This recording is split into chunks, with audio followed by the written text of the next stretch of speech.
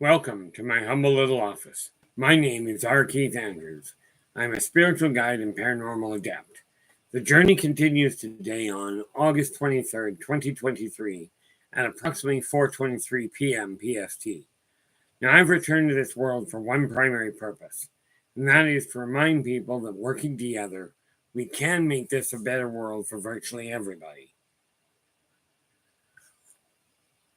Now, I bill myself as a spiritual guide because the tools I offer are the exact same tools I personally live by, and the exact same tools I personally use in my day-to-day life.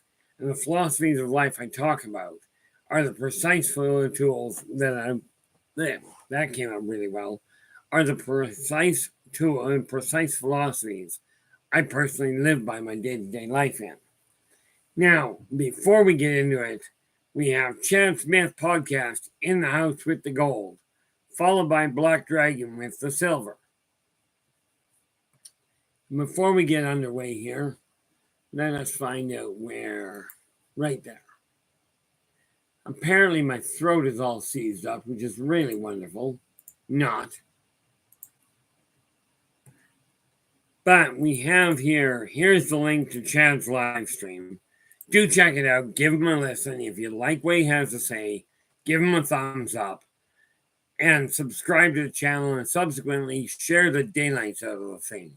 That'd be really appreciated. Now we have Joe Stewart is coming in with the bronze. And Steve Knox here in with honorable mention. And then somebody pointed out, yes, I did essentially adopt that from Dave Scott off Spaced Out Radio. Sort of an issue of not everybody gets a gold. Okay, now let me see here. Let's just shrink this down a little. That way I can actually see it.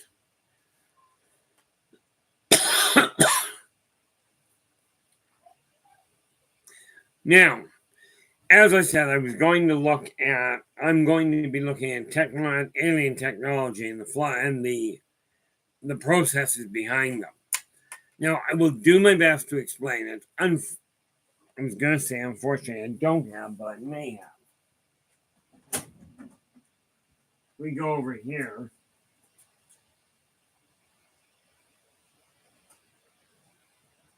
Let's see.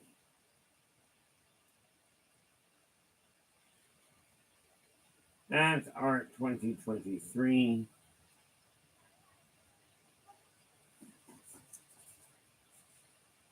Yep, that's some of them. So we'll need that in. As you can see, I have managed to keep the paperwork off the bed aside from what I'm literally working on. So I'm looking at a number of things here. Okay. First of all, let us understand one little detail. When we are dealing with alien technology, we are not dealing with just what humans work with. And much of it is, at this point, beyond human technological ability. Now, absolutely. Hey, Caffeine Eclipse, how you doing? Glad you could join us. You know, the nice part about it, this technology, do I understand it? Yes. Can I replicate it? No. But I'm hoping to be able to sit down with Nathan. Today is Wednesday, on Friday, but we'll have to see how that goes. And possibly explain some of it to him or get some of it working. And yeah, I know that's a long shot at best. But let us see here. Take that and shrink that down to that and 1/2 size. Close that off.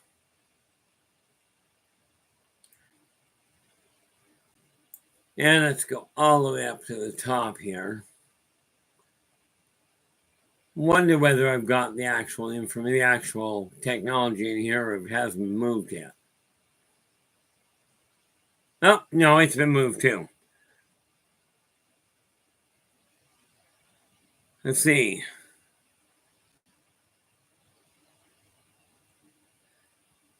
Yeah, well, here's the thing, caffeine. Okay, when we are talking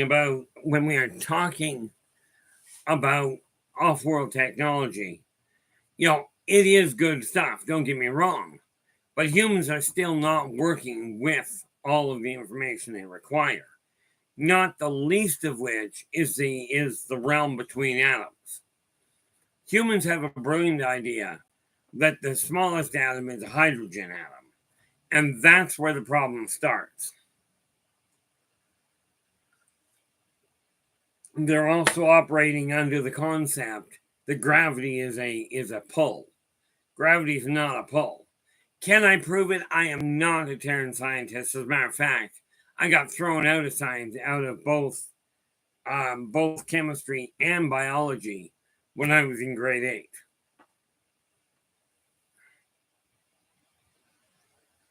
Oh, don't kid yourself, caffeine. A lot of humans do think they are the smartest in the galaxy. Hence why many humans still have this brilliant idea that they're the top of the totem pole. Okay. And, that really doesn't work that well. The moment you think you're on top, you stop learning. And this is one of the reasons why I've always held I am not an expert. A specialist I can work with. Okay. But I am by no means an expert. And I do want to make sure that I've got a couple of things handy here. Oh, and by the way, while we're walking along, while we're going through this today, pop that over there. While we are going through today's stream, I am looking for, let's see, a baseline topic to start on Saturday. Well, all this coming week. I know that on Sunday, the 27th, is an open topic. That just stands to reason. Okay. But I've got the rest of the week and I'm starting to plan ahead in order to get where we've got to go. Now, where it comes from, to technology, let us understand something. Hollywood makes some beautiful shows, some of them based in reality, such as the species are dealing with, are based on real species, although they're not about to tell you that.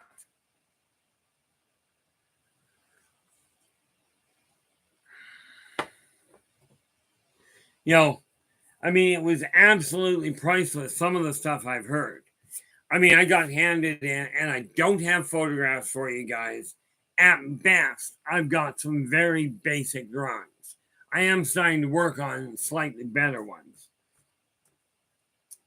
But when we're dealing with technology, we've got to realize, first of all, the off-worlders tend to work. The off-worlders work on subquantum technologies. The ancient races work on true magic. In other words, controlling or guiding, call it what you will, what humans call 0-point energy. Both methods work. And I think it was Einstein that said it. Okay, where he said, when you push technology to its ultimate level, there is little difference between technology and magic, which is very much the case. But let's back things up a bit. Okay, first of all, when we're looking at physics itself, humans have the right concept, and they've got the tip of the iceberg. Okay. Now, do understand, off-worlders are not turning over technology to humans of an advanced nature. They push them and point them in the right direction, but they won't go back to the governments and they won't go back to the big corporations because the governments have broken every contract they made and the big corporations are simply greed-based. This is why we have part of the problem. Now, when you look at, first and foremost, basic physics, okay, or basic chemistry, I'm really not certain which one's which, okay, but like I said, I'm no scientist. You take a hydrogen atom.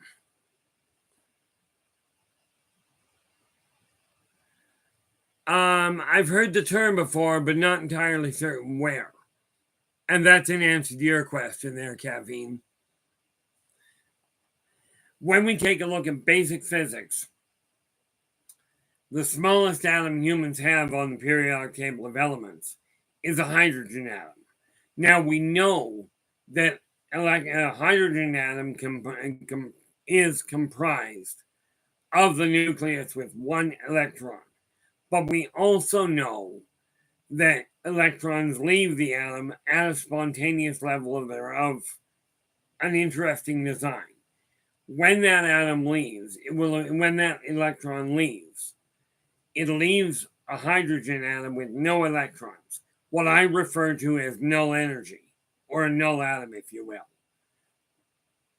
Now, that roaming electron, if it connects with another null atom, it now becomes a hydrogen atom. If, however, that roaming element connects with a helium atom, or with a hydrogen atom, you now have one nucleus with two electrons, also known as a helium atom. Now, I think, if I recall correctly, Terran understanding puts the elements at 120 elements on the chart. When I was growing up, there were, I think, 115. Okay, but I have seen a periodic table with 250. Needless to say, that wasn't on Earth.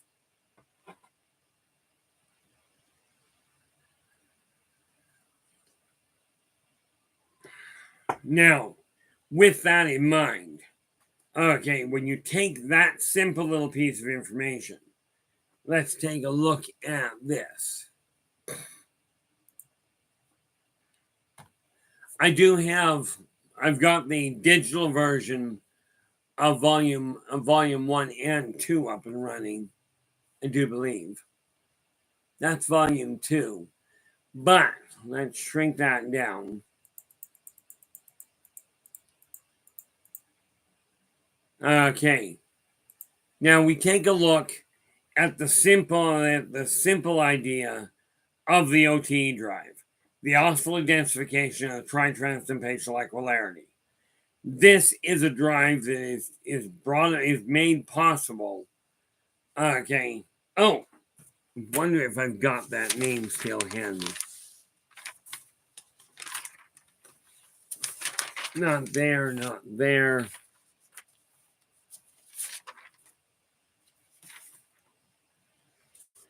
Oh, where did that name go? If I've even still got it.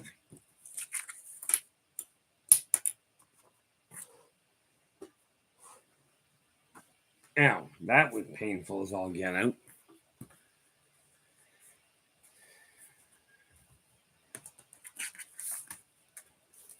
Let us see here.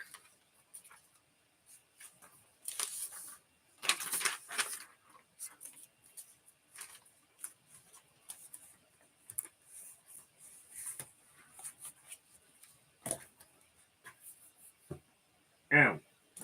That was just plain painful. Oh, let's see that one. Which is not good, but what the heck. Okay, where are we? Oh, okay. That would explain that answer at that point.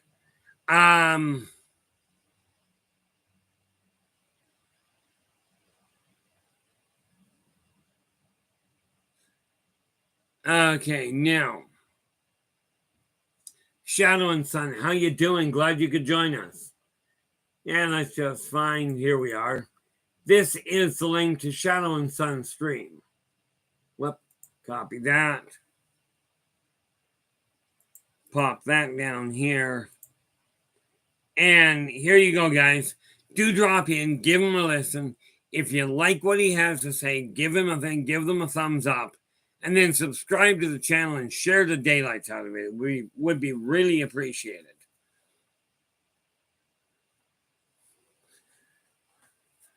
Yeah, as far as I go, Shadow, I've been on the go now for 13 and a half hours already. I ended up at 3 o'clock this morning. Silly time to get up, but what the heck? Thought I had, and apparently I was mistaken. Just double check those. No. No. No. And no. Okay, so I'm missing a couple of names, but I'm not going to go looking for them right now. Anyway, the OTE drive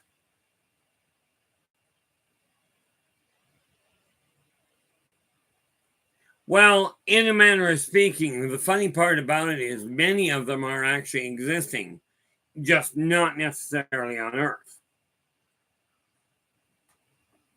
But let us not forget one little detail, Caffeine. Many of the underwater animals right now started off they started in the water, moved to the earth to ground, and then retreated back to the water for a number of reasons. Not the least of which is if you go back far enough, what we call whales today used to be a land-based animal. Yes, they were an herbivore, but due to the tensions and the complications on the planet, they went back to the water and ended up developing there. Now, the nice part about it is we're not talking about putting extra elements in. We're talking about understanding the elements that are already there. And all of this is all done at a very different level. But the OTE drive, okay, developed by an Atlantean, I know who he is today. I just don't remember what his name was then. But he developed the OTE drive, okay, the oscillatory densification of the tritrans and spatial equilarity. And what have I got going on here? Reach over too far, fall down. Oh, bonus. I have a mobility bill due by the middle of the month. I got over it. Okay, now, the way that drive works, okay, and this is why mankind is not ready for interstellar travel, but they are working on something. Okay, but the electron, when it leaves a atom, traveling through the null atoms, that is the most common, as far as I can explain it, the most common element, or not element, but atom right now, is a null atom, one that has no electrons. Okay, but as an electron travels through that space, it creates a shock wave. And the OTE drive picks up the energy from that shock wave and converts it into electric energy. And what will amount to electric energy. It's much closer to a fusion reaction. Okay, but it uses that shock wave. It picks up the energy on the shock wave to accelerate the engine. Net result, you've got constant acceleration, and they just flip the gear around in order to pick up on the drag, because as it goes by the atoms, by the null atoms, it picks up on that drag line to slow the engine down. Net result, you have no problem accelerating way beyond what humans understand. Okay, that's the biggest thing we have to look at. Okay, right now mankind is still trying to force itself through space using essentially a combustible fuel. Well, needless to say, if you're striving to operate a system by a combustible, exhaustible fuel source, you're only going to get so far. The OTE drive draws on the energy of the universe itself, and therefore there is no limit to it. It doesn't run out. Because in case you hadn't noticed, the universe, contrary to one person I heard that I listened to, we are not running out of gravity. we are not running out of universal energy. But we do have to realize that it is something that can be guided. Controlled might be a little overstated, but guided certainly. Now, right now, that I'm aware of and do understand, as I said, I do not research. I don't go looking around for things. I don't have any clue how to get to what people have told me is called the dark web. But I do know that there is a massive... welcome aboard there, Nathan. Glad you could join us. And yes, work has to be dealt with. Let's face it.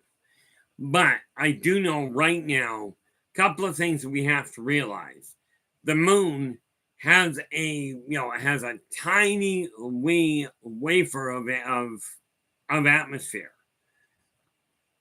Okay, I don't know if it's a millimeter or if it would be called a 16th of an inch or what.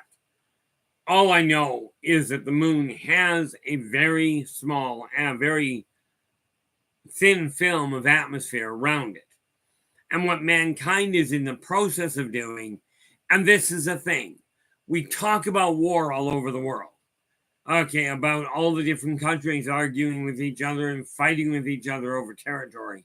What they don't tell you is 3/4 of them are in bed together working on higher tech. One project they're working on right now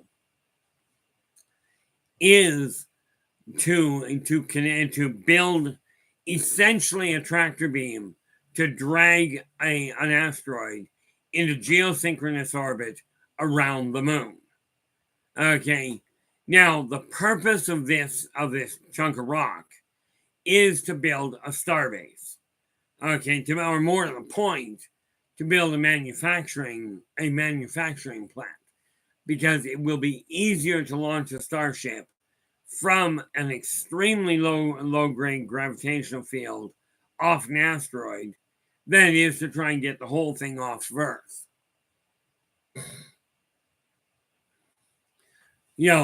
So everybody has heard of the Mir space station. The derelict from way back in the 70s. I'm not debating whether that space station exists, but I will tell you it's a poster child, because that I'm aware of, there are 3 other fully manned, fully operational space stations that are multinational in configuration, not to mention some off-world help. Okay, but when they pull this asteroid into geosynchronous orbit, as with the moon, now I don't know if what the moon is in is called geosynchronous orbit or not. Okay, I suspect not, but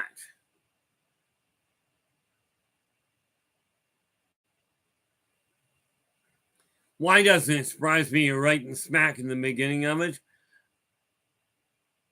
Yeah, they are pulling it in. I know this for a certainty, although there's no way I can prove it. And no, I don't have any government sites that I can tell you, oh, go look at this site to see proof. Not going to happen. I leave the research and the corroboration up to you guys. Okay, but here's the kicker. When they draw this asteroid into orbit, okay, whether it's geosynchronous, whether it's stable, I don't know.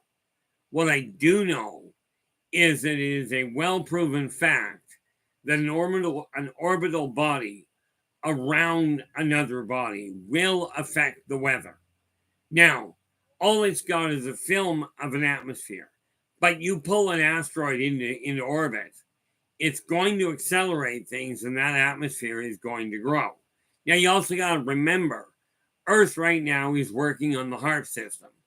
Okay, I don't know what the acronym stands for. I do know, however,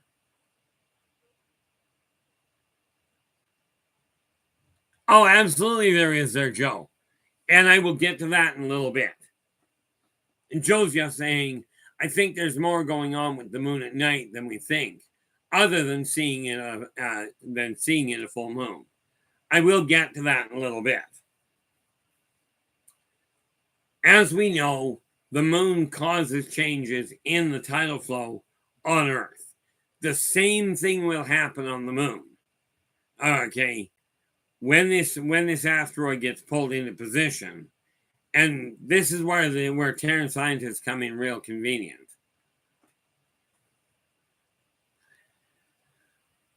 Well, do understand, according to the current residents, they're only technically residents, as in their station there, but the moon does not belong to them. Okay, the moon belongs to it doesn't technically belong to anybody.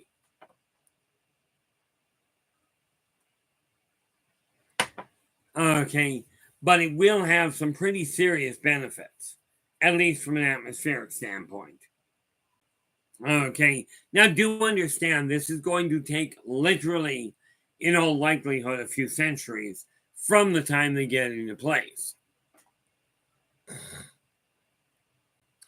Nathan, it will affect all kinds of things, not the least of which is they will have to adjust for increasing atmospheric turbulence. Okay, it's one thing landing on a planet or a planetoid, an interesting, an astronomical body. It's one thing landing on one with no gravitational atmospheric adjustments to deal with, and another landing on one that's got an atmosphere. When they pull this asteroid into place, it's going to start affecting that tiny little film. And we also have to look at the fact mankind already built HARP. And that was mankind's doing. That was not a gift or a bribe or anything else from the off-worlders. This was something that humans built. Okay. HARP itself is a first-generation atmospheric generator. This is why they're playing havoc with the weather, trying to figure out how it works.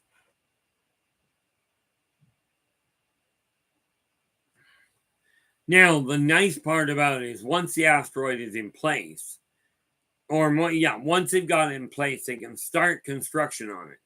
The purpose there is to put a manufacturing plant on the moon, whereby they can actually build starships.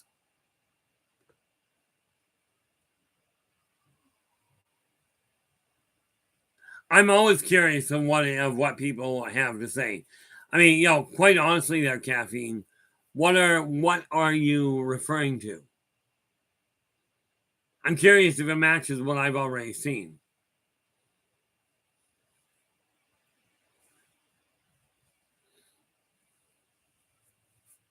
With the way that Earth is evolving, and by the way, no, Earth is not moving to the next dimension.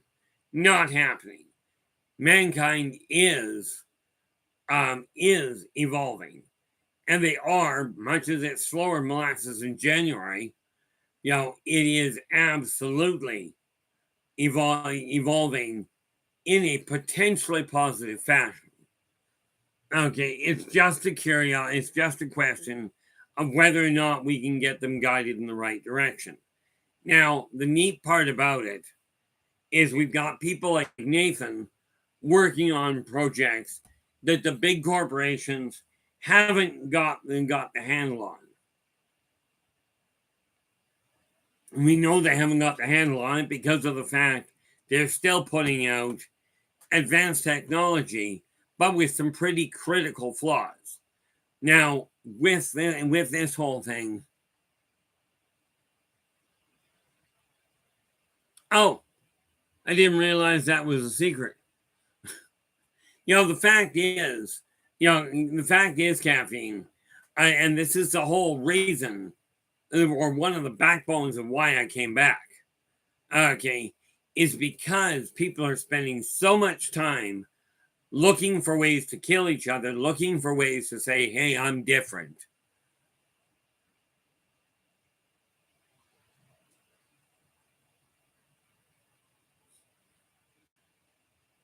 The funny part is, Nathan, you're sitting on technology that you don't quite realize how impactful it's going to be. And this is a good thing. You know, and since you haven't got the greed bug yet, I don't see that being a viable concern. Okay, the reality of it is, we take a look at technology now. All the off-worlders have that we don't use. They've got better toys. Okay, they've got a lot better toys than mankind has. This doesn't mean they know what they're doing with them. They got a little better control.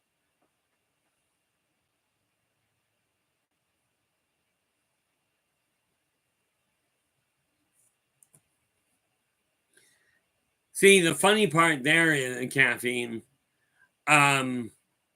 is that until mankind, mankind is still working on a one world government, which they do require, but it's not a dictatorship that's required, because people living in the Arctic have no clue what life is like in the jungle.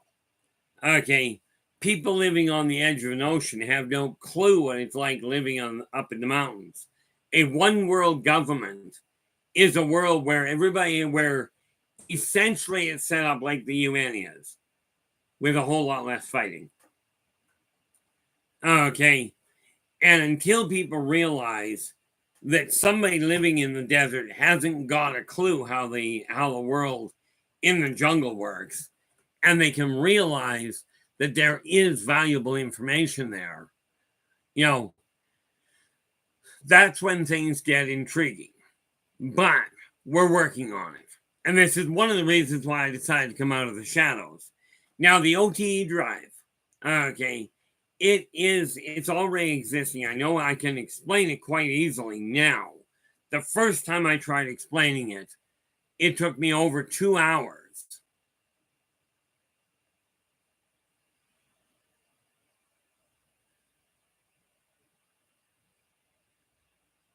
Yeah, Nathan, essentially, you're right. Okay. I have a tendency of going a little bit further overboard where it comes to concerning myself with what society's up to. But I do have to say, up here where the fires are, the support the people have been showing each other has been remarkable. They've now got some of the fires under control where they're putting some people that were evacuated back. The fire's still moving around.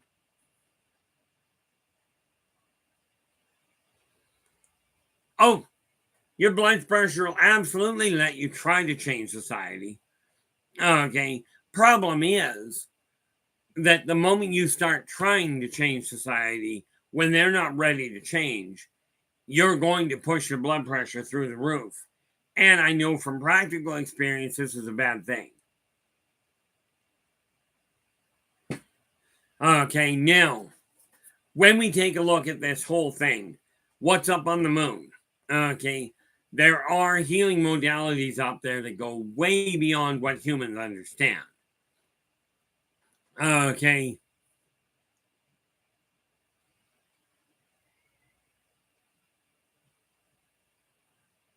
Thank you so much on that, Joe. For that, Joe. And no, I have never seen what you look at, the way you carry yourself. I've never seen you come across, to me at least. You do realize, caffeine, that there's a staggering number of races out there that, aside from having better toys, are in essentially the same boat that humans are, where they are still fighting over stupid things. Okay, they're still fighting over material things. And this is something humans are not that far behind. Technologically, yeah, absolutely. But the big difference at this point is that the races that are already members of the consortium are already, they've already got their one world government.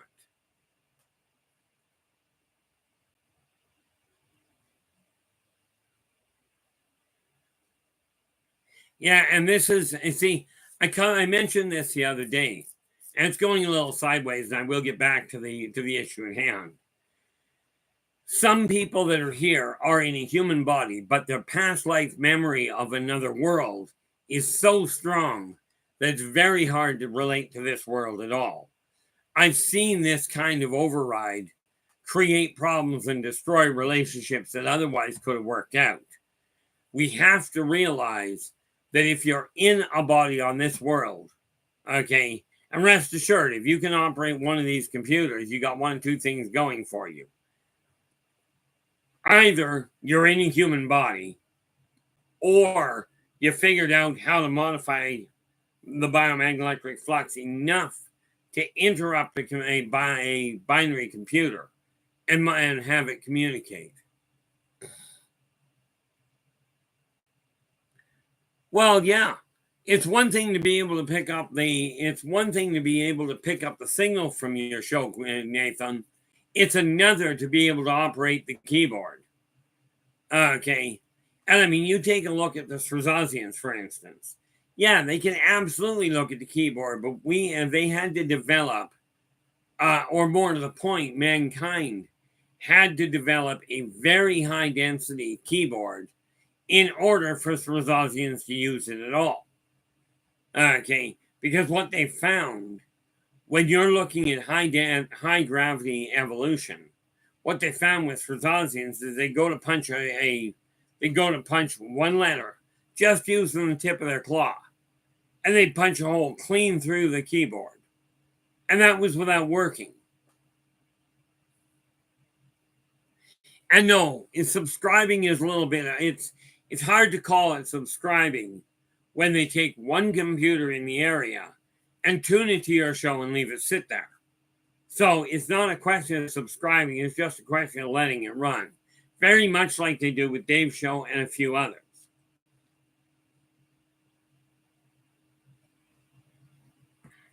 But we have to realize that their technology is able to decipher lower grade evolution, whereas a human computer will not interface with one of the advanced ones they've got.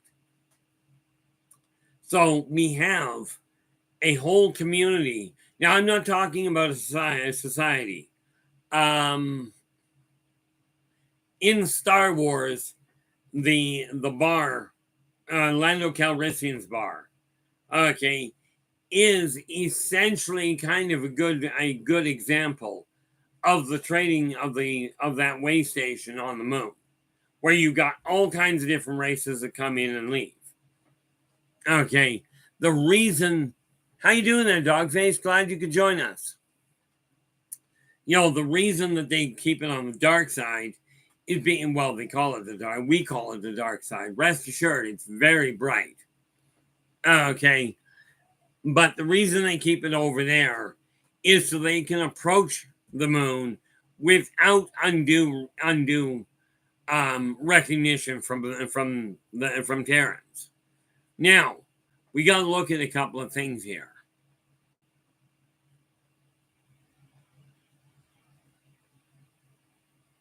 Well, that could go into an interesting side. And that's sort of one of those little ones. So we're just going to ignore that little part. But when we look at the whole issue, you know, of where mankind is sitting with technology, with the alien technology, let's understand something. Wonder if I've got the picture. Let's deal with something that everybody is aware of, or most people are aware of. And that's this funny little thing. Now, let's see if I've got the other picture here. Yep. I've shown this to you guys before. Have you guys ever seen this kind of a configuration on you or on somebody that you've talked to that's reported having this kind of a mark on your body, or on their body for that matter, and going, where the heck did that come from? Oh, Dogface, look, guys, you're going to go down a really deep rabbit hole. And let's put something in perspective here. Okay, right now, there is no way to prove existence. And hear me out on this. Okay, right now, you cannot, there is not a soul on the planet that can absolutely prove that they exist. Okay, my little brother pointed this out years ago. So we're just going to go with the assessment that everybody that's on the computer that is on this in this room. Can we think before we speak? What do you figure? Okay, what if this is all an illusion? Okay, what if we can ask that until the cows come home? You'll get stuck in a rabbit hole that nobody can communicate about anything. So how about if we just agree to this? Okay, everybody in this room that is communicating in the chat room has at least a human physical body. Okay. And the reason I say that is because you're working on a computer that requires a corporeal interface. Yeah, we could go, well, maybe it doesn't. And we're just not going to go there. We're just going to lay down some simple agreements. One, how you relate, what you think you are, what you remember, doesn't matter. If you're in the chat room, we're going to simply assess and simply delegate that everybody acting in this chat room has at least access to a physical, corporeal, humanoid body. Okay, that's how communication has worked. Okay, start with that. Now, there are many people that remember past lives stronger than they remember their current life. Okay, and, I'm not about to debate what people remember. Okay, especially not with my memories. Am I here to prove it one way or the other, or am I here to let other people prove it try and force other people to prove it? Not a prayer. Because I will tell you, right this moment, there is not a person in existence that can prove to me that New York City itself exists. Okay, you can tell me it's there, there's reports all over the place. That doesn't matter. It doesn't prove a thing. All it does is says, yeah, we're going to assume and we are going to simply accept New York exists. We're going to simply accept that the people in this chat room are real. Decades back when I was about 7 years old, and my little brother would have been, I'd have been about 11, maybe 12. And my little brother, who was almost 3 years younger than me, so that would put him, 9 or 10. Okay. He come to me one day and he looks at me and he goes, what if I'm not really here? I said, what do you mean? He says, well, what if I'm sitting on my own in a little cubicle, all my own, in my little place, all on my own, and I'm imagining you're sitting here with me. So I'm imagining I'm asking you a question, and I'm imagining you're responding to that question. But at the same time, you're somewhere else, and you're imagining I'm standing there with you. But, so you're thinking of a question, you imagine you ask that question, and I end up imagining I'm responding to that question. The reality is neither one of us are seeing each other or talking. This can go down an absolutely non-productive road. No, Dogface. You're an Australian. This means you come from a heritage, according to the history books, of a very robust, very complicated ancestry. But you were dumped off in the middle of nowhere with nothing, and they were dumped off in the middle of nowhere with nothing to work with. And you all survived. That sounds really bad. You all survived. I am not a Southerner. No offense to anybody down there. But your ancestors survived and built an entire civilization around what you had available. Okay. This is the same thing humans have been doing for humans and other races have been doing for millennia. The reality of it is that we have to simply accept that there are certain operational configurations we've got to simply accept. And that is, we could go around the gaming table. When I was first learning D&D and to play D&D, we had two rules about gaming. Okay. And you can liken life to this. Rule number 1, the game master was God. Rule number 2, if you have any questions at all about a ruling that's being made, see rule number 1. You don't look at the rule books. You don't look at the law books. You talk to the man at the head of the table. Oh, Philip, I was just referring to the fact that I made a comment, and when I was in the middle of saying something, I simply said y'all. Okay, which from my understanding is a traditionally Southern dialect, a Southern way of phrasing things. And I am a lot of things, but I do not live in the Southern states. Depends on which one you call fallen, and which one you call God, and which game master you're talking about. You know, I mean, there's a lot of variables there. Okay, number 1, the thing we have to realize is that what people see as a fallen angel wasn't a fallen angel to start with. Okay, but, you know, that's just one of the minor things.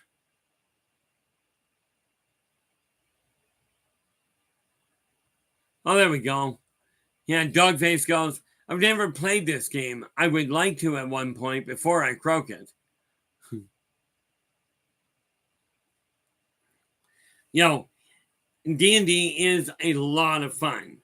But the reason I asked, I showed you this to you guys just a little bit ago.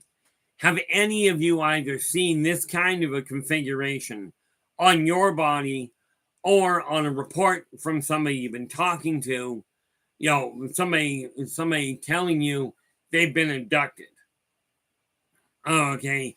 Or on a family member's body. But this configuration is it'd only be about a 1/4 inch in diameter, you know, likelihood. In diameter, you know, 1/4 inch from here to here. Okay. And you've got the three puncture points. Usually they show up as a little red dot. Okay. Usually this will show up on a little red dot. As a little red dot with a little red line underneath it. Okay. Now, these spots are needles. I'll show you the piece of equipment in a minute. This line is where you'll find the tracker. That's where you'll find the bug they use. Oh, yeah. That funny little word, that's a Dexel spandalizer. And like I said, I'll show you the tool. Now, you're going to have to do your best to forgive me for my artwork because it sucks. This is what it looks like. Okay, it's a straight bar, but it pivots on this line to turn around to an angle. Okay, now it's got the three points that take DNA samples from the dermal, from the subdermal, and from the intramuscular system all at the same time. It's just a real quick one-time impact, pulls it out. At the same time, this bar across the bottom flips in a subquantum biomagnetic bug, if you will, tracker, something that passes on real-time information on emotional interaction. Okay. So when you look, thank you so much, Nathan. I appreciate that. This little item, this is what the Greys use. Okay. This is what they're using for the hybridization program. And yeah, these little points do go in on a very tiny spot. You won't even feel it.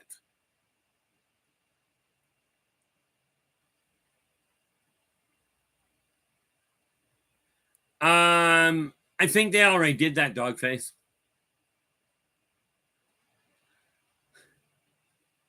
Oh yeah, absolutely, Nathan.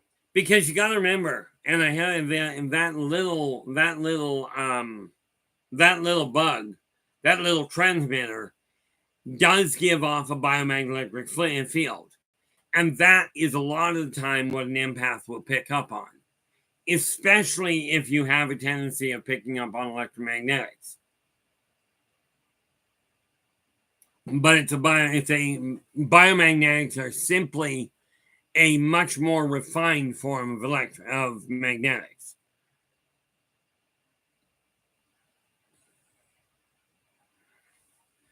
Well, the simple answer, Nathan, is literally forget you don't know how. The fact that you figured out that the mercury is the key is absolutely, it's fantastic. Too bad the major scientists haven't quite figured it out yet.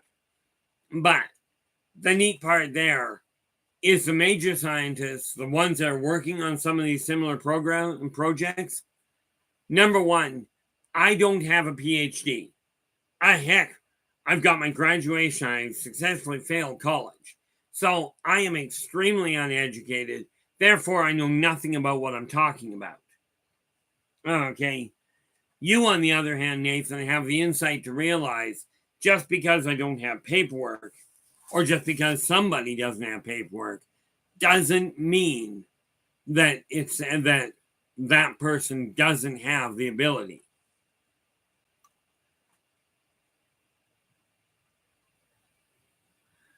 I'm not sure about which one they call the seventh sense, but let me put it this way. I was born with, I think if I remember the count correctly, 15. So I'm not sure which one falls into the seventh side of it.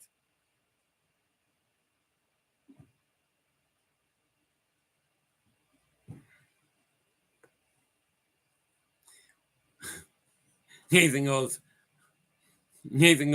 with the mercury, I am literally looking at 4,000-year-old tech. No idea why it's so appealing, it just is. The reason it's appealing is because it's forgotten technology that when the Library of Alexandria was wiped out, a lot of that written knowledge went away. And of course, the people that knew it died, making it a little tricky. In this case, considering what I keep looking around with you, it would not shock me at all to find out that you had been there at some point. Oh, okay. Yeah, see, I don't necessarily know the senses by the same names you do. Okay.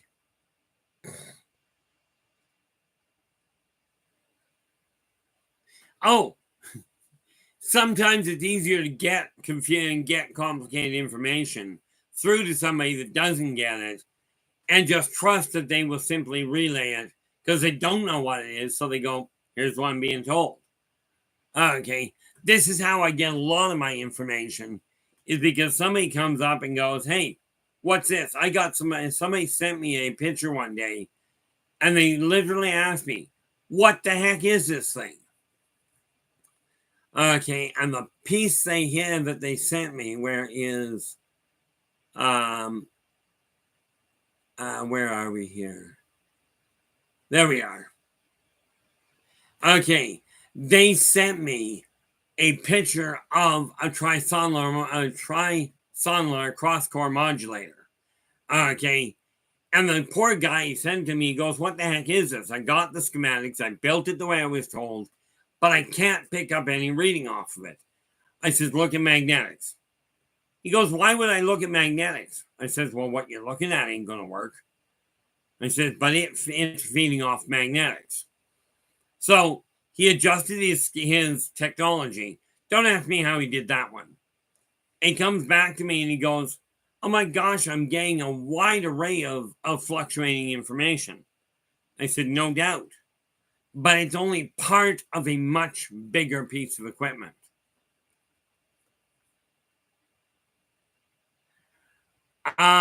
Okay. Here's the thing, Philip. That sense that you're talking about, the Eskimos of the North Country have the same sense. All people, all animals have that sense. It's just most of us are taught to ignore it. Okay, but yes, what they're feeling is a bioelectric field. And that can be sensed thousands of miles away. in all fairness, it can be sent millions of miles away. You just have to be a little bit more receptive.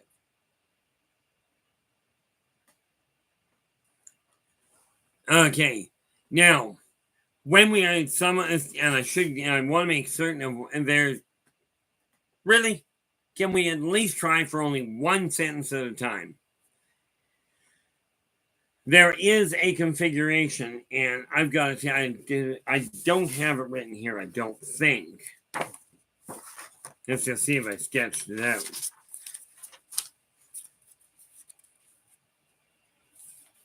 I'm just looking through a couple of very rough pencil drawings I did. And in all fairness, I didn't do them in pencil.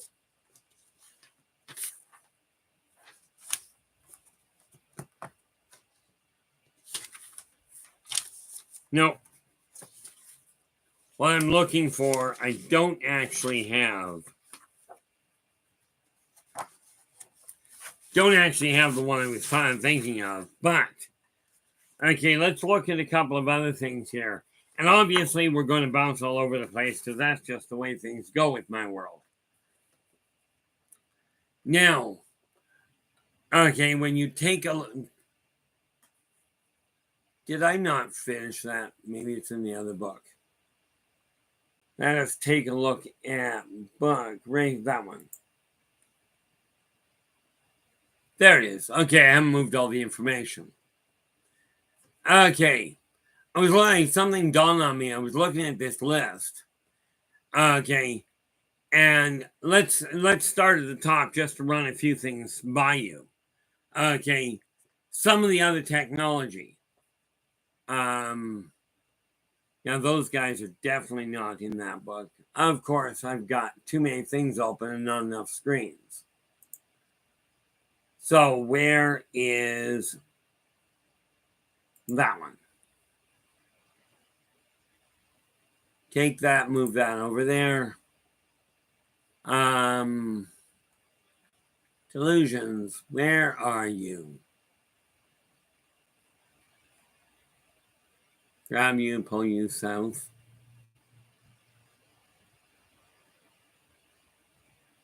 Q, S. Oh, that's because that's the wrong book.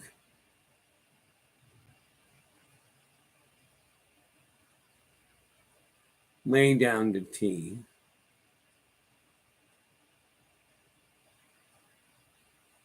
I'm hoping I've got it in this book, otherwise it's just another one. There we are. Oh, of course. Now, I was looking at this neat little thing called, way back to the top technology here, and we find something that is referred to as the sonalar. Okay, now the sonalar it's an interesting piece of equipment that the Delusions built. Now, that's a race I'm sure you guys have not heard of yet. They are literally pure energy.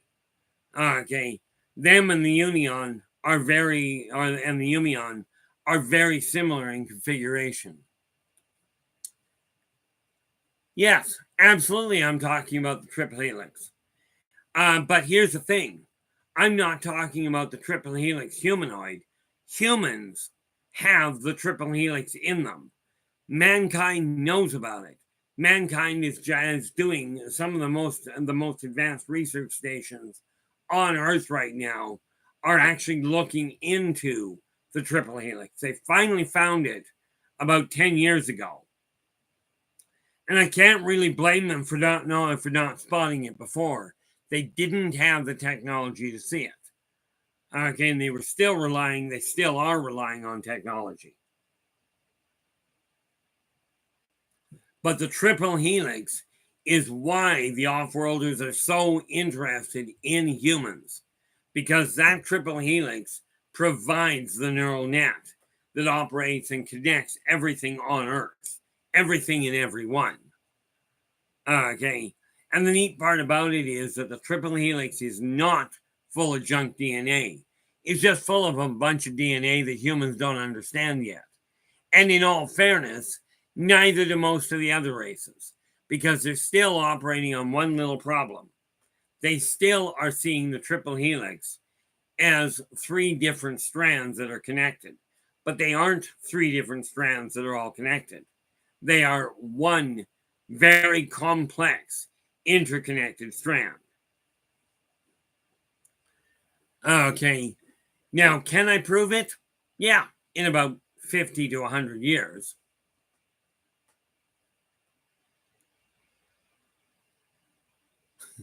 Dogface. Correct me if I'm wrong there, Dogface, but Carl Jr.'s, that's a fast food joint? Like a burger joint?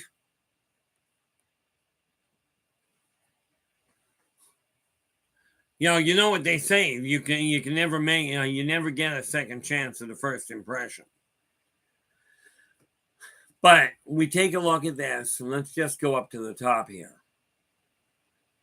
I'm just going to run through a couple of the things we've built.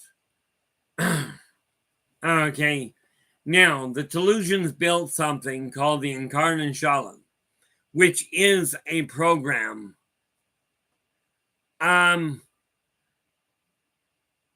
Let's be clear about one thing, Caffeine. Nephilim literally means gods. Okay, I see none of the people I know as gods, but the one that most people refer to as God, I will absolutely agree with.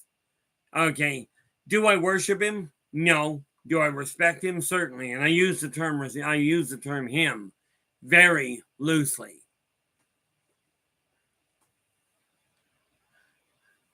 Yeah, I don't doubt that. I've run into some restaurants.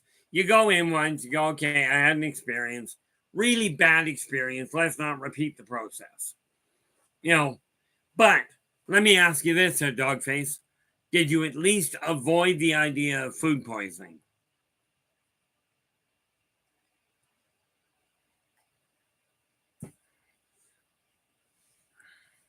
The neat part about it, like we've got this neat little thing, the Incarnation, developed by the Telesians, okay, which they are literally an energy form, and that's it. Okay, but what they developed in a light form. It was later translated and configured into a physical form. And I don't honestly know which race actually configured it in the physical form. I do know it works like a charm. Yeah, Dogface goes, can confirm I'm still alive. Well, I'm glad to hear that, Dogface. Okay, then we have the Gravitalor beam, which it literally works on gravity. Now, the funny thing with the Gravitalor beam, developed by the Galactic Consortium, by their science department, that nasty little weapon can take one of your organs, and when they hit it, make that organ so heavy, it falls right out of your body. Now, let's face it, you take one of your lungs and you hit that lung with a Gravitalor beam, okay, and your lung drops onto the floor, it will leave one big crater where you used to have a breathing apparatus.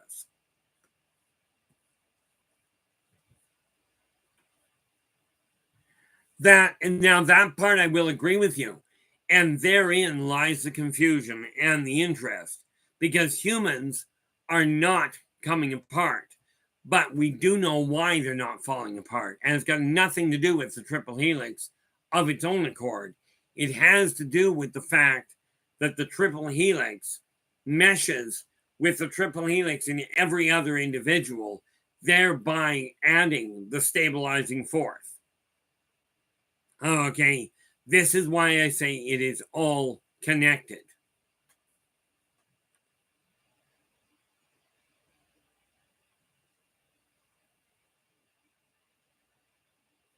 Now, let's see here. Let's just pop that up. Whoop.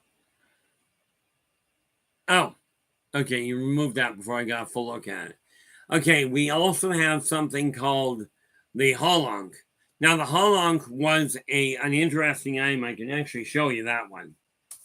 This is a piece of technology the doctors today would love to have access to if they could figure out how to make it. Okay, and that's this little piece of equipment here. This piece of equipment comes in varying sizes. You've got the base ring, which is this one. Okay, then you've got a small dual ring that sits over top.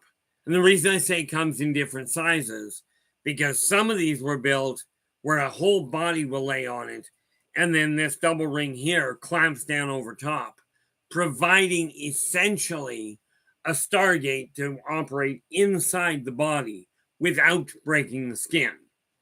Okay, this here is just simply either a handle or a support beam, depending on the size of this piece of equipment.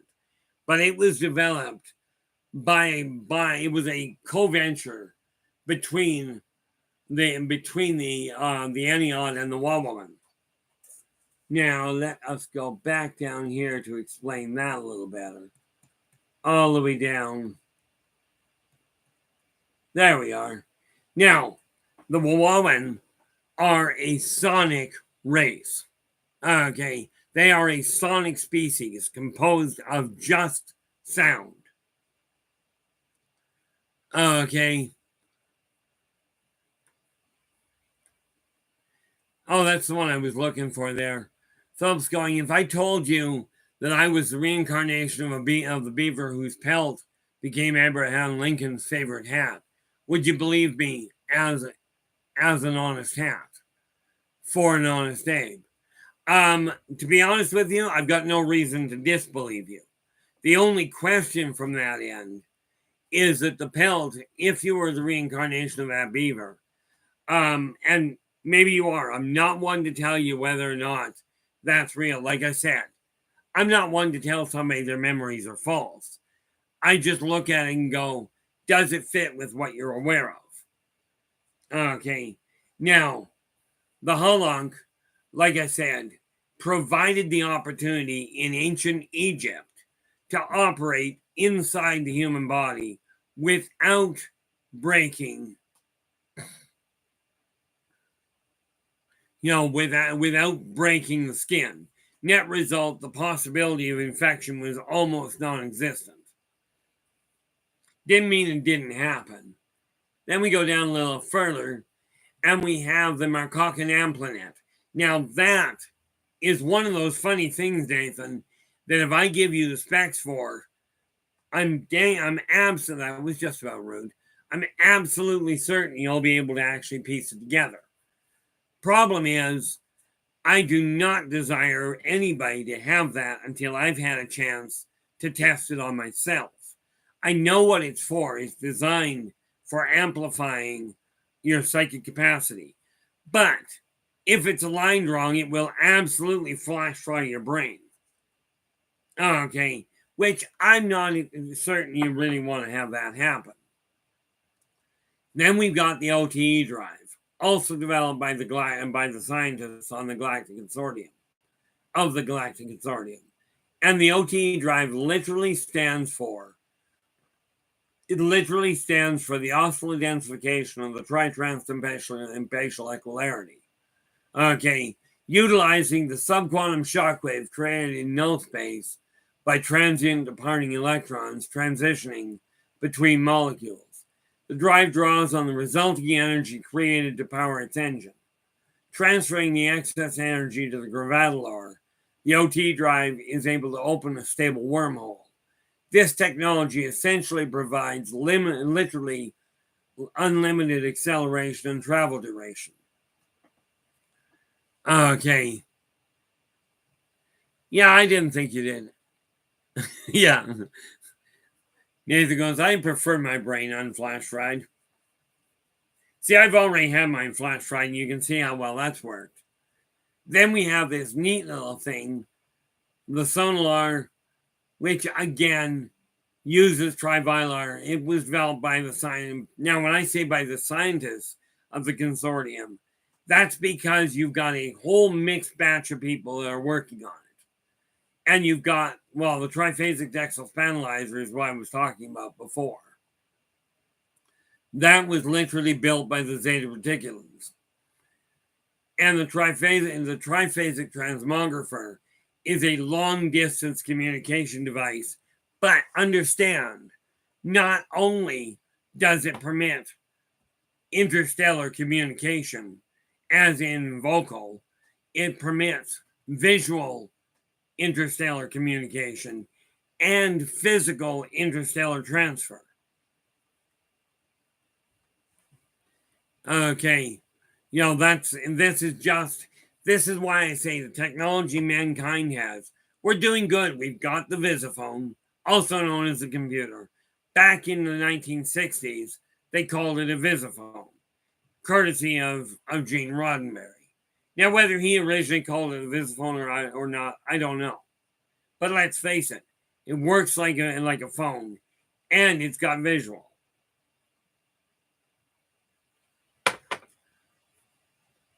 Now do understand what I'm referring to and what I'm looking up here for is a list of technologies that I've already included in the revision of the races of the worlds.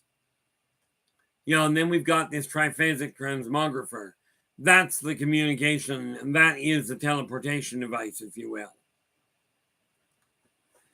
Okay. Teleportation, long-range communication. Thing you got to remember is mankind with long-range communication still thinks you have to work on line of sight. These guys don't. They can communicate straight from one side of the universe to the other without worrying about anything in between, because the communication is programmed to travel slightly out of sync so it can pass through solid objects, through heavy gravitational fields, and pop out exactly where required to make the communication line. Also means that it's a whole lot better if you're really thinking in terms of conquest. Now think what happens if you take a communication device that is traveling all the way right through matter, and you figure out how to solidify it. What's going to happen to everything it comes in contact with? Bearing in mind, that beam can be modulated consistently over the duration.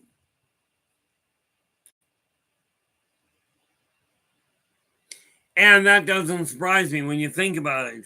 Virtual reality is literally kind of reality. Okay, also known as a holodeck. But when you realize that much as it sounds fantastical, it is something that can be built. All ideas start off as something that is absolutely bizarre. It's science fiction to start with. Okay, much of what we are talking about, I'm in the process of documenting, and that's why a number of months back, I showed you a stack of paper that was like that thick of notes that I've got on different technologies, different races, different societies. These are things that I've been pulling together. Okay, and I'm finally getting organized as far as that goes. Two main things on the go, really, in a lot of ways. So we are looking at a major issue here, that what mankind calls advanced science is almost as primitive as it gets, because mankind, if you think about the pygmies in the African Congo, and you look at their level of technology, mankind is to them what the consortium is to mankind when you look at the technological advancement level. Now, sadly, when we look at the xeno-socioeconomic evolution, they're pretty much on a par. They've got better toys, but they still have the same conflicts. And this is something that, yes, much like I'm working with humans, I'm working with other races as well. Okay, quite frankly, people that believe in past lives, and I'll put it to you this way. For those that believe in this sort of thing, no proof is required. For those that do not believe in it, it may be that no proof is possible.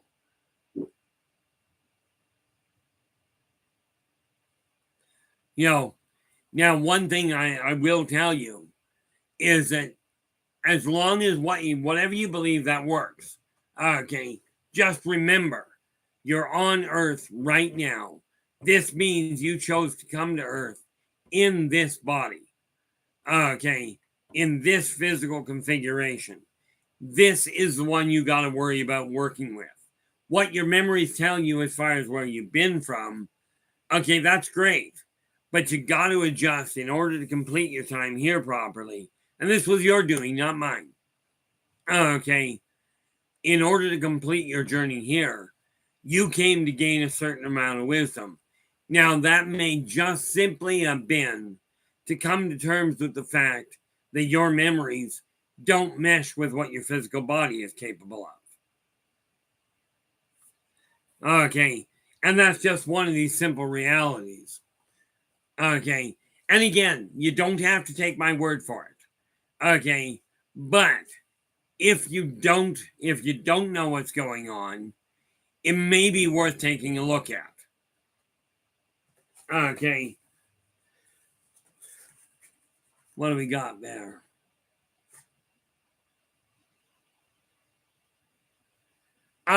Honestly, football, if you refer, I'm presuming you mean could somebody be born on Earth to do evil things? Correct me if I'm wrong on that before I put my foot all the way in my mouth.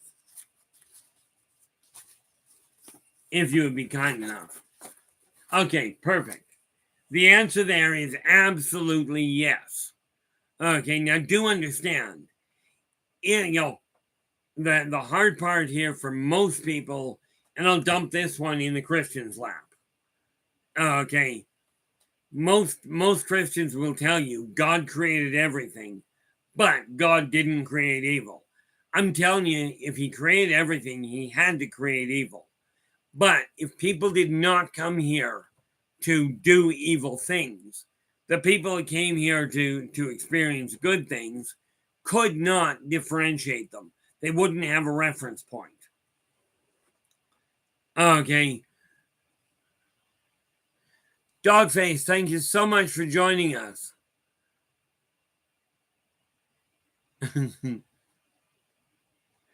Absolutely, Dogface. I look forward to having you join us again.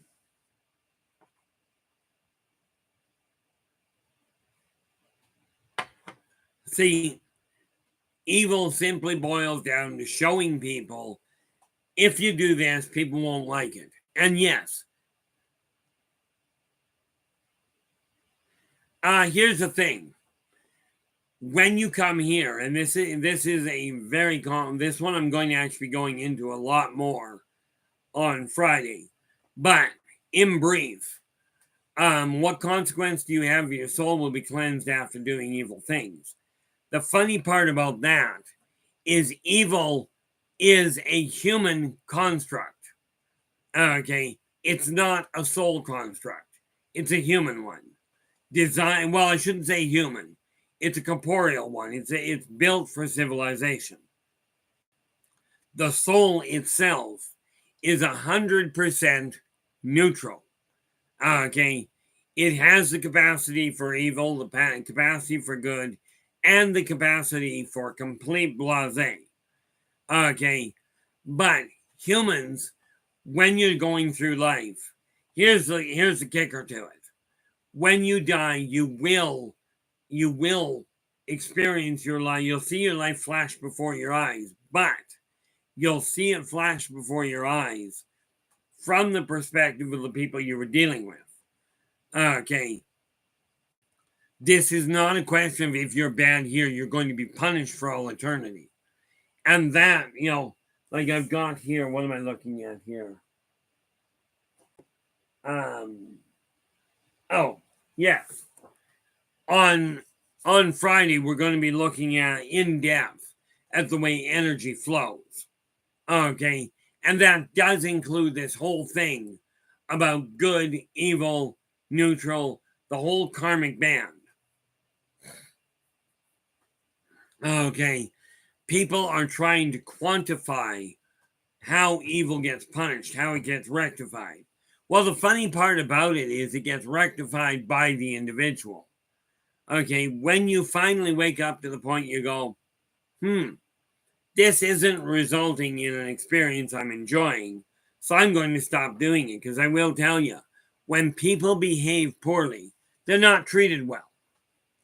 And every living entity that I've ever run into, when you look at the core, they desire to be respected, to be treated as equals, to be honored, to be fed, to be clothed, to be watered, as in get a drink, not get poured on. Okay, these are consistent things throughout life. Sometimes the terms vary a little. A Yumion doesn't bother with water. Okay, and and neither do the Telesians. And there's a couple of others that they really don't desire to be wet. But when we look at the technology, okay, now the Ennead, I've got some of the information on how to build it.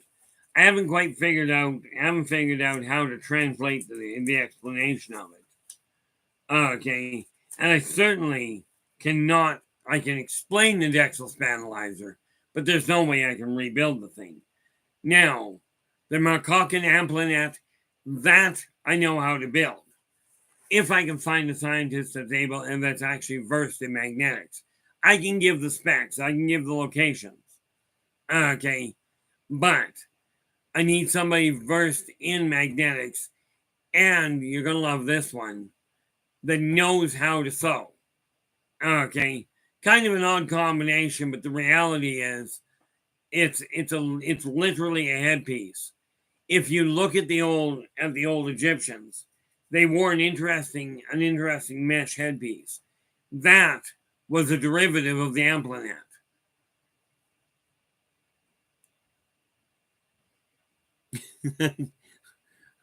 I met cats that will absolutely try and decimate you if you try and put them on.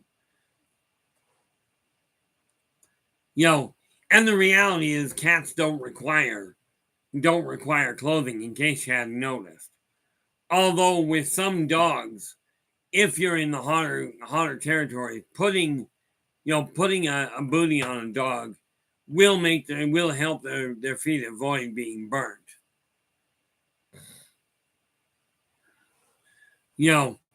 And that's about the only reason. Or if you got a really short-haired dog and you're trying to take it out, take it outside during the real cold, not a bad idea to put a sweater on them. They don't all have a winter coat.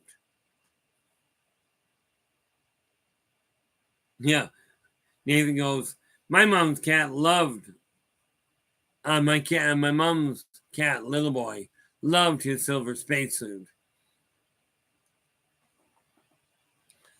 And the reality of it is all species have their likes or dislikes, that sort of thing.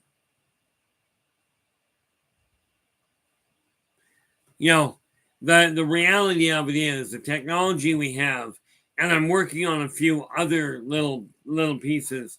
I'm just sketching them together at this point because I really don't know how to translate them. Okay, not yet. I don't have a grounding in Terran technology. But I will tell you this. One of the mistakes that is being made where it comes to the anti-gravity field is mankind is looking at gravity as a pull. It is not. Okay, gravity is a push, but it's not a push on just one level. And that's where the problem comes in. Because it's not just a gravity push. The Gravadolor beam is a nasty little weapon. Okay, now there was a weapon very nicely detailed that whoever built Space Opera, an old gaming system some of you may recognize, whoever built it translated one weapon absolutely perfectly. Okay, and that was the coagulator. Okay, now for those of you that don't know what that is, not surprising. The coagulator was literally a weapon of war that, as it suggests, it wouldn't just stop somebody from bleeding. It would coagulate, it would absolutely clot every blood vessel in the body in one shot. Needless to say, that really screws up the heart. Okay, you know, Philip, that wouldn't be a surprise to have the cat be an astronaut before, and probably one that didn't have a real good day with it.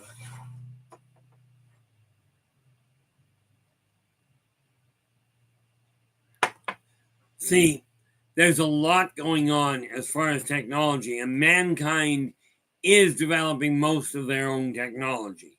Some of it they are reverse engineering, absolutely. But then if you think about it, the helicopter was inspired by nature. Okay.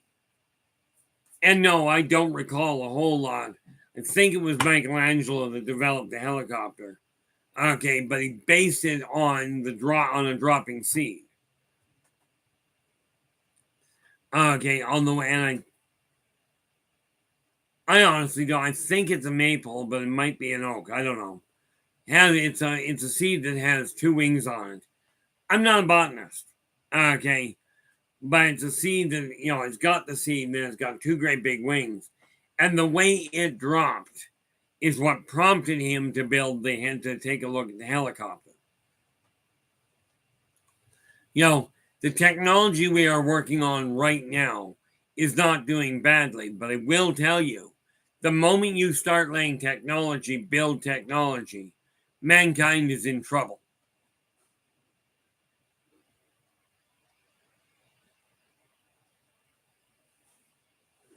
Now, if you're referring to First Nations living there are humans living up there. So, yeah, have I heard about them? Yes. I don't know what is going on as far as what they've claimed. I can tell you that the moon belongs to no one. Okay.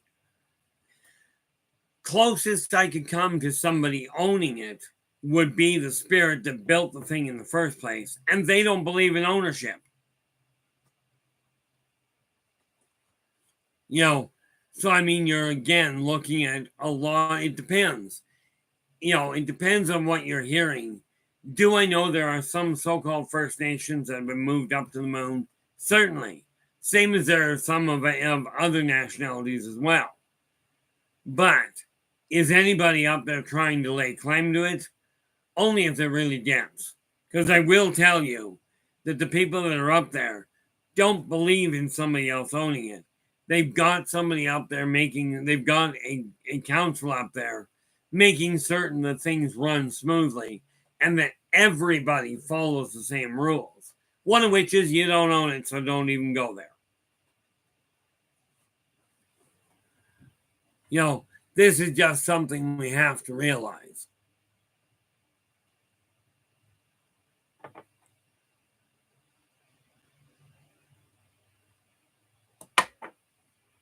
Are we really that far along?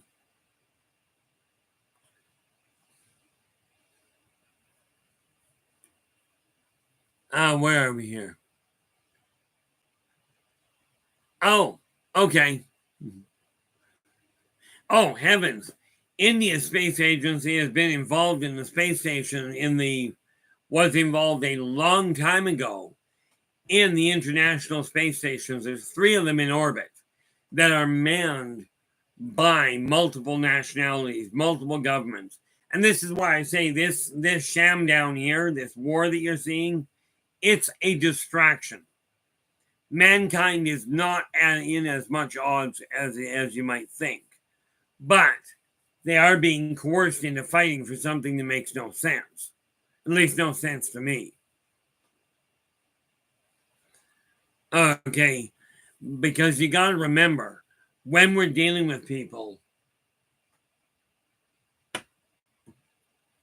when we're dealing with people that are working around the world, okay, and on the moon for that matter. There are a lot of brilliant people from a lot of different nationalities. Okay, yeah, I've got my questions around people. Absolutely, I do.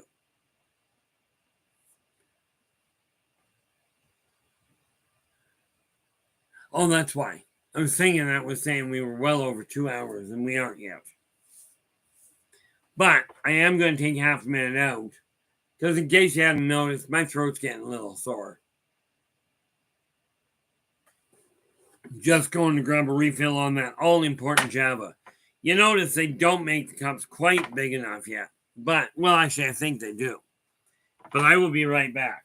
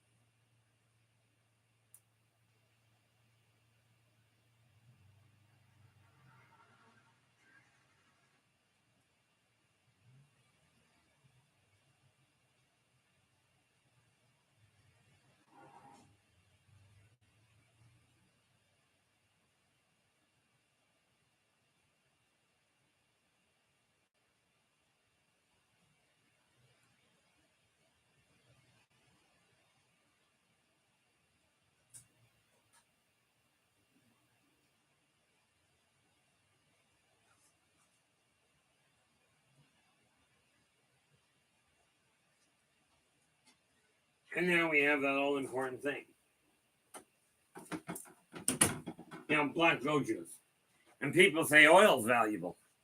Tell you, this tastes a lot better than oil, but it's got pretty much the same effect.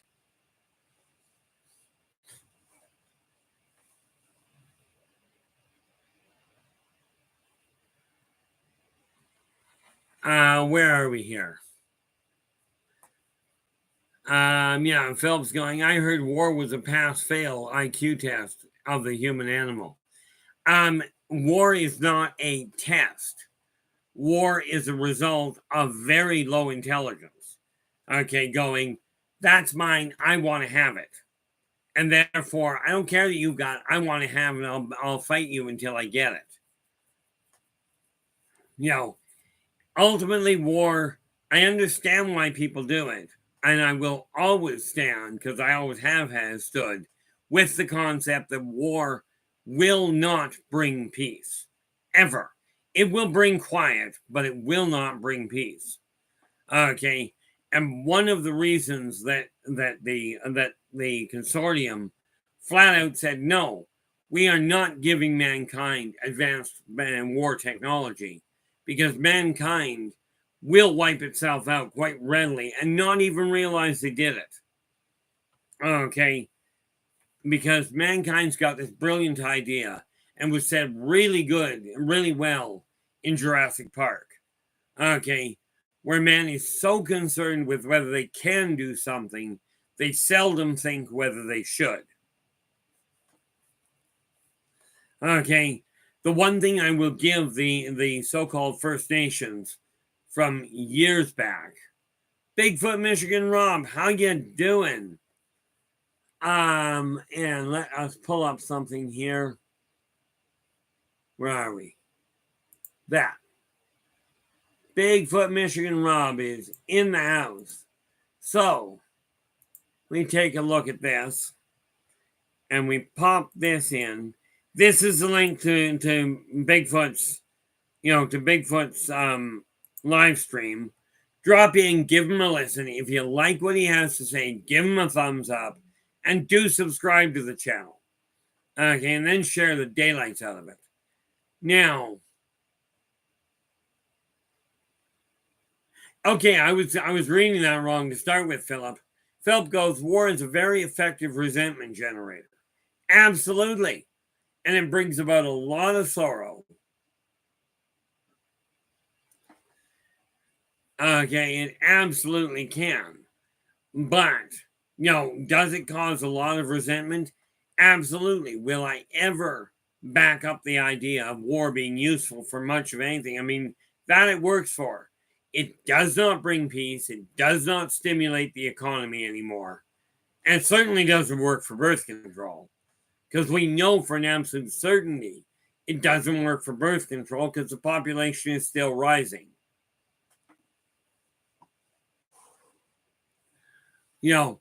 But now football, you're asking, can off-worlders play matchmaker with humans? Technically, the answer is yes. And some of them do. Same as some humans would play matchmaker with other humans. But what you got to remember is ultimately it's up to the two people involved as to whether they're going to make a go of things. All the people, like what we call the East Indians are, they're very good at using astrology to figure out, using Vedic astrology, I believe, to figure out which people are more compatible with which other ones. Doesn't mean it'll always work, but it does mean that they do look at the parts that fit a little better.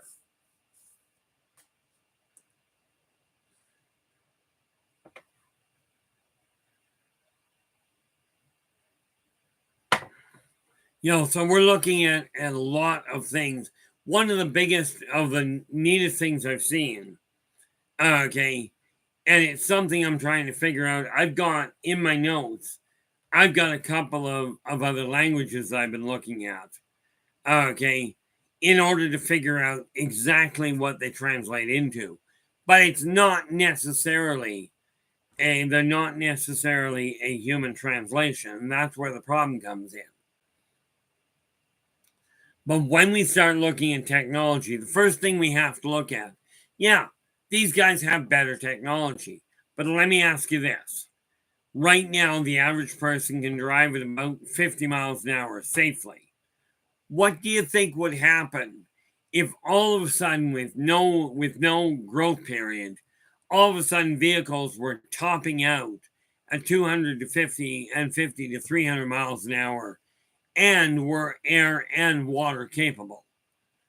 How many people would end up dead really fast? Well, other than the 250 mile an hour time, how many people would actually end up dead by trying to figure this out? Now, Philip's going, can an off-worlder move to Earth and become half of a good couple with an Earth human? Absolutely possible. Okay, it's absolutely possible. Now, I will tell you, some races do not make good partners. For instance, okay, let's take an off-worlder. Let's take, and this is actually, technically it's an off-worlder, or maybe not, depending on how you look at it. Elementals do not make they don't make a good mesh. Hugging a fire elemental, or what they are, which is a holic, not a good idea for a human. Crawling into bed with a whalash, you're likely to drown. Doesn't make for a good mesh. And the one genius that told me flat out that they were a natural half-breed human Anunnaki, okay, they were just flat out full of it from my standpoint. Anunnaki, the small adults, are 15 feet tall, 12 to 15 feet tall. Those are the small ones. Of a normal Anunnaki is anywhere from 20 to 30 feet tall. This is not physically possible to make a natural half-breed. Oh, she was a witch. Phil, she absolutely was. I Dream of Jeannie was another issue altogether.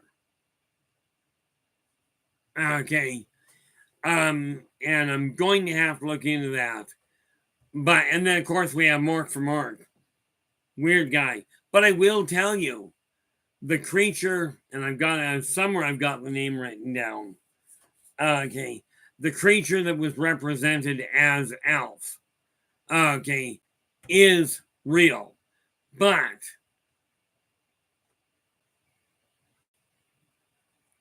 the one thing we have to remember is yes, non-humans can make a positive a good couple with a human. Okay, there's nothing stopping them. Mating can be a problem, but becoming a committed couple is not a problem at all. Okay, and you see this happen with some of the ancient races quite readily. Ancient races being the elfin or being the dwarvish race. Okay, and like I said, a lot of these races I actually include in the Yldrbac Chronicles. Okay, but can they become a part? Only when they can get a hold of them.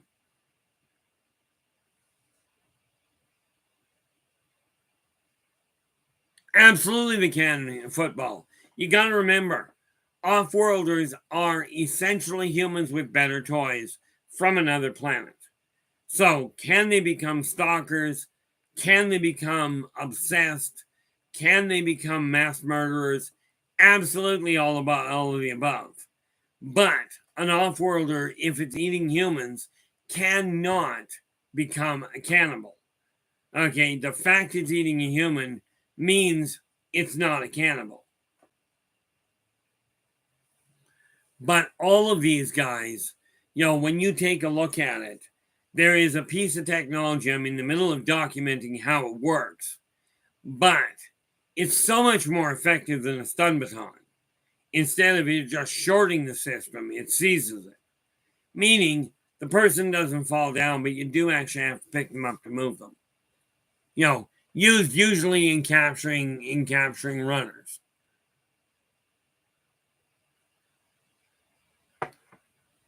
And that's one of those little pieces of technology I'm in the middle of documenting.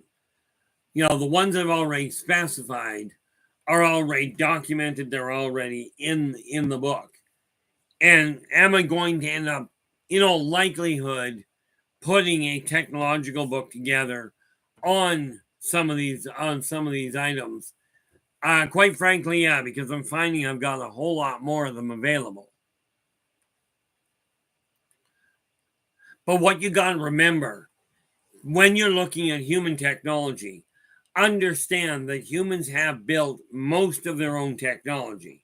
Have they reverse engineered some of it? Certainly.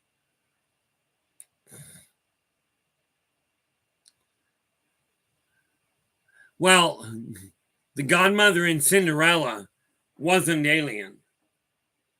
Okay. The godmother in Cinderella, in all likelihood, given her size, was likely she was either Fairy or she may have been just a well-developed self. Okay, I mean, we are talking about an ancient race, not an off-worlder.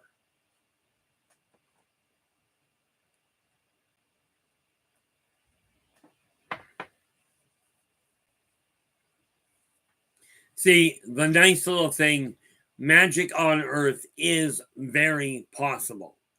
Okay, there was an interesting gentleman years ago that wrote a lot of books, chap by the name of Aleister Crowley. Absolutely had tapped into a lot of the ancient knowledge. No, Snow White was not a vampire. Not from anything I've ever looked at. I will tell you though, it absolutely completely confuses me.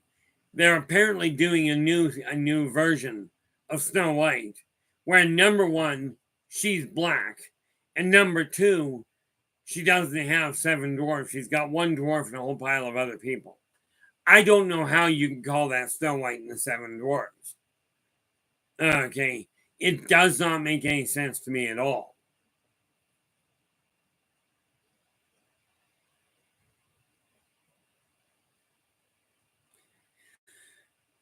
See, the whole thing with garlic there, Philip, is vampires have an extremely accelerated sense of taste.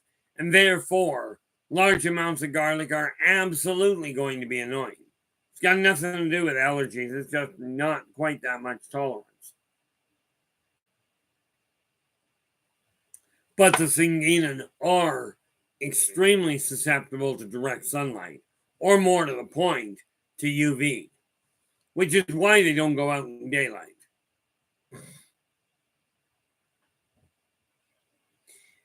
Next show, no, but we will. That is an excellent idea there, Joe.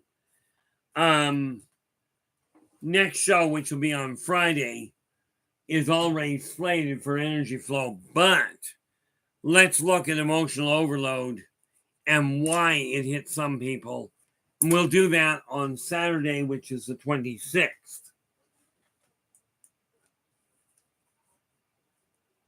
So we're just going to write that in right now, so we can take a look at what actually causes it and how to compensate for it. Because I will tell you, most people that suffer from uncontrollable laughing or crying haven't figured out how to shut the switch off if they choose to. Okay. And yeah, even in the most stressful of situations, you can control that outburst. There's only one reason I do my absolute best not to cry. And it's got nothing to do with not thinking it's manly. It has to do with the acid level so high in my system that when I cry, I literally burn marks down my face. Now, my heart already hurts at that point. I don't need the lesions in the face based on acid. It's just not that enjoyable to me. But yeah, I've got the issue of emotional overload written down there, Joe, and that is scheduled for the 26th. Okay. This is what I mean, Joe. You come up with some phenomenal ideas as far as topics that we can look at and explore. Okay. Am I going to prove them? Absolutely not. Okay. I will certainly point you in the direction as far as I understand it. Okay. So what do I got here? Energy flow on the 25th, emotional overload on the 26th, open topic on the 27th. I don't know down the road, but I got a few days to sort that out at this point. Okay. See, and something you got to realize is there are, as a matter of fact, that's just dawned on me. We should mark that down and look into it.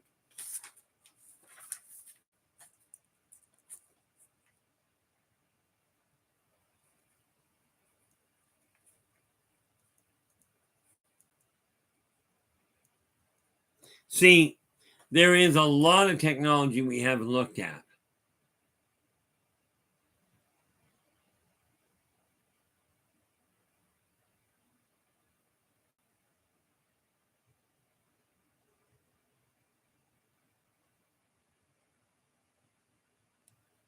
I'm not sure what you're asking if it will be set at the time of the Industrial Revolution. I understand what the rest of it you're looking at.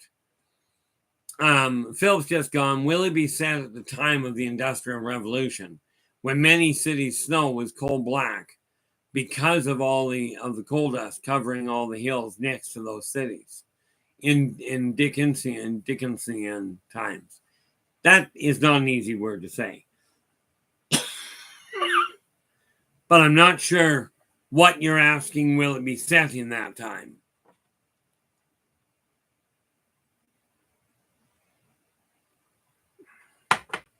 I will tell you, when we take a look backwards and looking at past time is not a bad move. Going back to the past is another problem altogether. You know, the neat part about it, like when we look back at Star Trek, a lot of the technology that he was talking about, mankind has already built. Oh, well, that would fit. You know, I mean, if you color snow black, then you can do whatever you will. But I just can't wrap my head around the idea of Snow White being black. There's just a problem with this. Okay, in my eyes. But this comes, in my opinion, and strictly my opinion, from the people that are reworking the stories, wanting to not actually rewrite a new story. They're trying to take an old one and change it. Well, these stories have been around for centuries. Why change them? This is like removing the artwork that was done. Yeah, well, you can't exactly call them seven dwarfs. From what I gather, only one of them is a dwarf. Okay, and the rest of them are just different people from different walks of life. What the heck that's about, I don't know. This is why I won't even look at it. And yes, that means I'm prejudging whether it's worth looking at. Okay, but there are certain things you have to draw boundaries around, or at least it would be advisable. What are we looking at? There we go. You know, when I take a look at some of the stuff, like what I write about in the Yldrbacian Chronicles, okay, these are stories that are not designed to replace an old story or replace an old tale. Okay, the old tales can stay the way they were. They were fabulous in my eyes, but we do need some new stories out there. Okay, preferably ones that actually have a point. If the point is only entertainment, so be it. Okay, I mean, really, we take a look at the movie Dungeons and Dragons, Honor Amongst Thieves. When they brought that dragon in, that was the first new approach to a dragon I'd seen in a movie in a very long time. It was kind of cute when you think about it. So was the owlbear, though.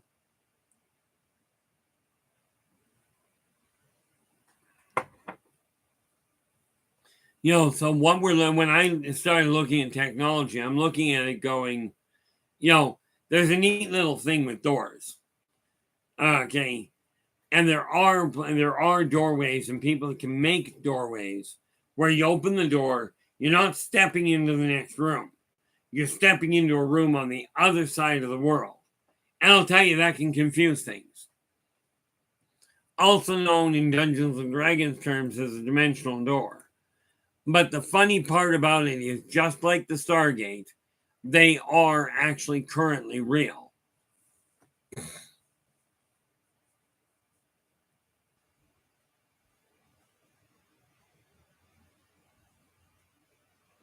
Absolutely there, Philip. You got to remember, these people in the deep forest have never seen other people, so they've got their own myths, their own legends about what people are. For instance, when you go deep into the Amazon, if a person walks out of their community alone, 90% of the time they're dead, meaning they don't come back. Okay, and if they do come back, they're usually torn up pretty badly and very much in a daze, aka a zombie. So, of course, when the Europeans show up, that's what they were looking at.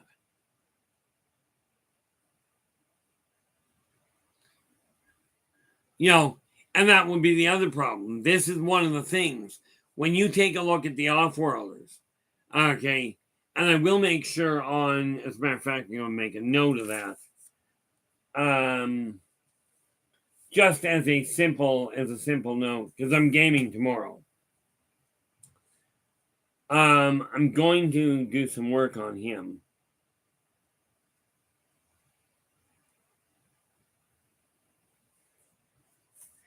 And I showed it to you guys a little while ago, but I'm going to do some painting on it.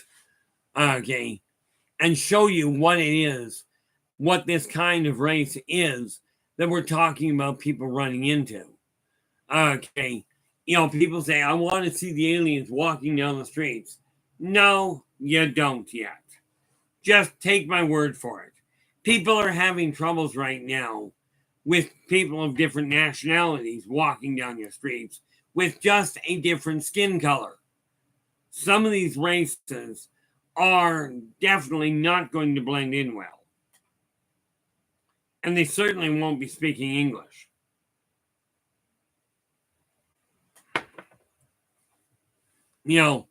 But when we take a look at much of the technology, much of the herbalism, I'm talking to a gentleman right now. Well, not right now, but there's a gentleman around me here that knows more about health than the doctors seem to. Of course, in all fairness, I've been watching him get healthier and healthier over the last couple of...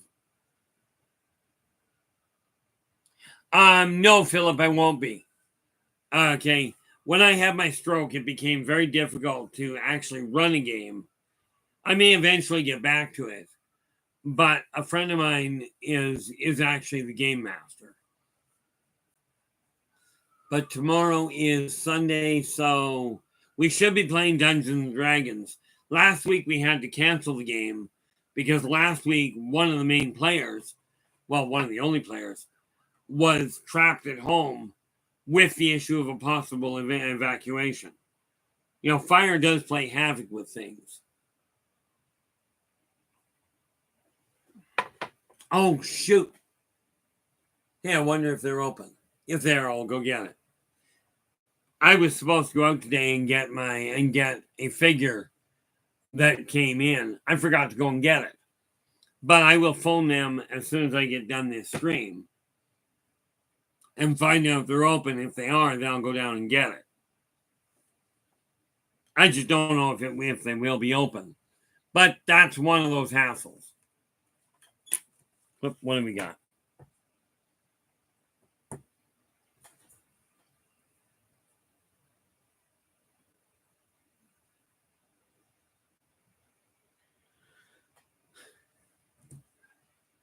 And what do we got?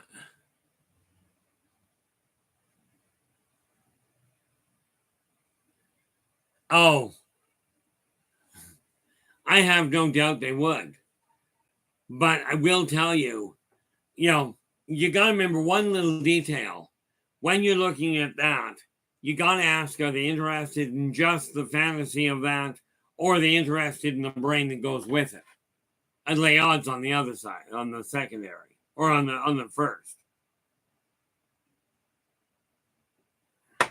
But let's face it, not all aliens are, not all aliens look like humans. Matter of fact, very few do. And when we're talking about technology, you got to remember some of these guys are using weapons that are so deadly that they will kill somebody, that the weapon will kill somebody just for picking it up. Oh, there was a siren in the background. I've got my window I'm on the main floor, and my window right here is open. So yeah, that was a I didn't pay any attention to it because they happen all the time. Could have been an ambulance, fire truck, or a police car. Okay. But yeah, that was a siren. But since they didn't come knocking on my door, I don't worry about it too much.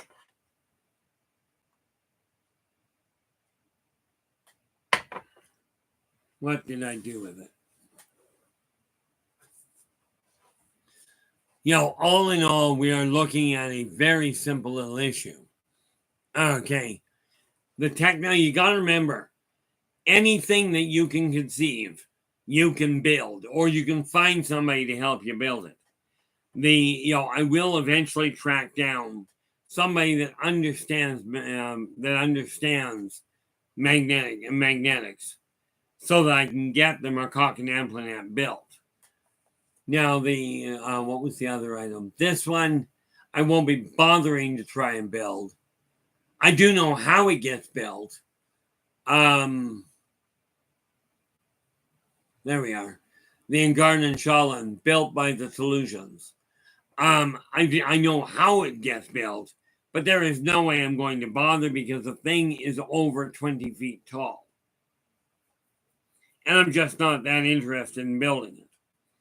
There is, however, a power generator I know of. And again, I don't know how to build it. I know how to explain it and how to describe it. Do I know how to put it together? No. That's somebody else's department. Okay, just one thing I will encourage you to do. Look at the technology mankind is building, regardless of where they're getting the inspiration from. Understand the technological advancements that are being made are, for the most part, being made by humans. Okay, they're not being gifted. Some alien race didn't come down and go, "Oh, you want technology for flight? Here you go." That one was discovered by 3 different people. Orville and Wilbur Wright simply got it to market first. Well, technically it could be, and I know they exist. I just don't pay attention to them. I think that might have to do with the fact that I spent a number of years dealing with the MyLab up here. Not a fun, enjoyable little issue there.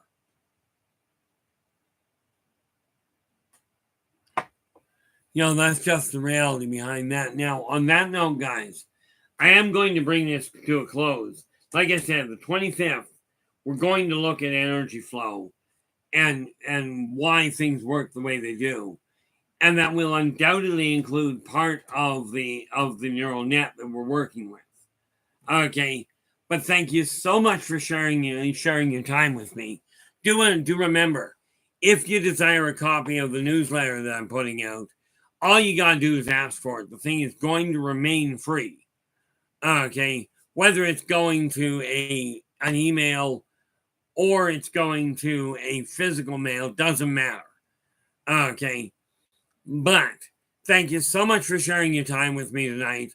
I do appreciate it. I will be back on Friday to discuss energy flow and how you can work with it.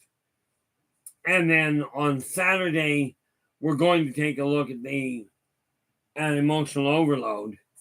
Sunday again is open, open topic. But until we meet again, do take care of yourselves and each other. And for pity's sakes, stay positive.